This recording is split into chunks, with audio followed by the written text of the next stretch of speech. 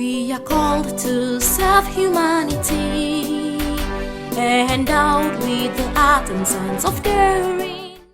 So you are welcome to NTNI Television and your anchor Babajide Stephen Olutayo. We have come to pay a visit to the family of Dr. and Dr. Mrs. DK Ojji for our interaction for this episode.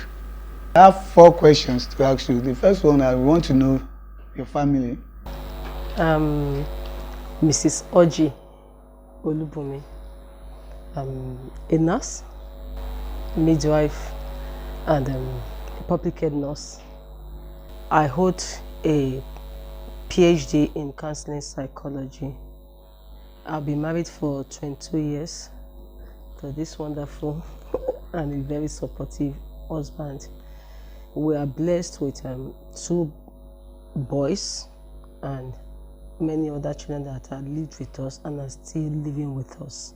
I'm DK Ojji, a medical doctor, a physician and a cardiologist working at University of Abuja Teaching Hospital. I also lecture in College of Health Sciences of University of Abuja. And like my wife said, we have been married for 22 years. So, what are the basics for having a happy home? The first thing I want us to understand, let me talk about the medical profession first. Medical profession is hectic, is stressful, highly demanding. So, for us to be successful in the medical profession, we must have a supportive home. Family is the unit of the society, basic unit of the society. Without the family, the society cannot be good or happy. So for us to be successful in the career that God has given unto us, we must have a very strong and a happy home. So for us to have such a home, the first thing is salvation, knowing God. When we know God, we have understanding of what marriage is. We understand the purpose of marriage. So without the understanding of marriage or the purpose of marriage, we cannot succeed in marriage. So knowing Jesus first is the first thing to have a successful home. So that is number 1. And the other thing I can talk about based on the experience of my marriage is having understanding of each other. The spouse, understand yourself. Know the career your wife is into. We are talking about nursing now. Favored for having a man that's in medical profession. So you understand how hectic the medical profession is. For someone or for some other people that doesn't have husband that are in the same profession with them, like people that marry teachers, bankers, and other professionals, there will be a need to explain to them. This is what it entails to run this career or this profession.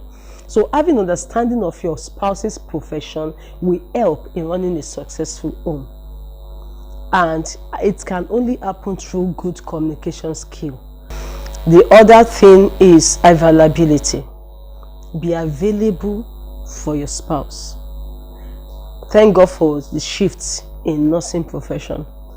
You can be on morning duty, afternoon, night, 2 days off, night off. Those days, let us be available. There are not days to go for party. You can't attend every occasion. These days, let your impact be felt at home. Be available for the man, be available for the children. So when you are not around, they know that you are not around. Like my lovely wife said, the basic foundation of marriage is salvation. God was the one that instituted marriage in the Garden of Eden. So if you want to understand marriage, you must be saved. You must be close to God. You must go back to God. And if you are close to God, you will understand the purpose of marriage. And if you walk therein, in that purpose, according to the plan of God, and put your hands in the hands of God, then you are bound to succeed. If you put your hands in the hands of God, you will love your wife. If you put your hands in the hands of God, the woman will respect the man or the husband, and then there will be a solid foundation. Every family is faced with one challenge or the other. Can you enlighten us on the likely solution to some of them? Challenges differ, and because challenges affect us emotionally, socially, psychologically, and even spiritually. So to bring out the best out of us in our profession, even in our marriage, challenges can hinder it, can make it impossible. So how do we handle challenges? We take it first to God in prayers. And like I said, challenges differ. It's peculiar to every home or people's home. It can be in childbearing, delay in childbearing. It can be in finance. It can be joblessness. It can be anything, in-laws, even from the husband or from the wife. So it differs and it's peculiar to each home. So the first thing to do in tackling challenge, it's only God that can solve people's challenge. So we should trust in God, take it to God, seek for wisdom to handle it and direction. The other thing we need to do is that we have to be patient. Whatever the source of the challenge is, patience, endurance is a Christian virtue. It is needed in the face of challenges. We should be patient with our spouse, patient with our in-laws. We should be patient with our children. We should be patient with neighbors. We should be patient in whatever the source of challenge is. But the Bible says that through faith and patience, they inherit the promise. So through patience, through faith, we can get there and overcome. Challenges do come. There is no home under heaven that will not face one challenge or another. Some people start at the time of courtship. Maybe parents will refuse their marriage, and it's the will of God. They just have to be patient. It can be on childbearing, as my wife has said. It can be from in-laws. You get married. Initially, we're flowing very well with your mother-in-law, and the enemy comes in, and your mother-in-law starts being very difficult, and you wonder, what have I done? What is the problem? And everything. And it is not just because God is allowing you to build you up, so that later on in life you can be that counsel that He wants you to be. And challenges can also come from children that are not obedient to parents, or children that become wayward. Challenges can come from neighbors sometimes. Challenges can come from the pressures of the society. But like my wife said, the first thing is to make sure you take it to God in prayers. He is the owner of the marriage. He instituted it. And when you take it to Him in prayers, solutions will come. Not that may come, will come. And solutions can come in different ways. He might want you to do certain things. He might want you to go and apologize to your mother-in-law that you did not do anything to. That might be the solution. He might want you to go and prostrate to your father-in-law that you didn't do anything to. That might be the solution. And if you're obedient, then peace reigns. Now, challenges from children also can come. One way to tackle challenges from children, apart from taking it to God in prayer, is that you must correct them in love.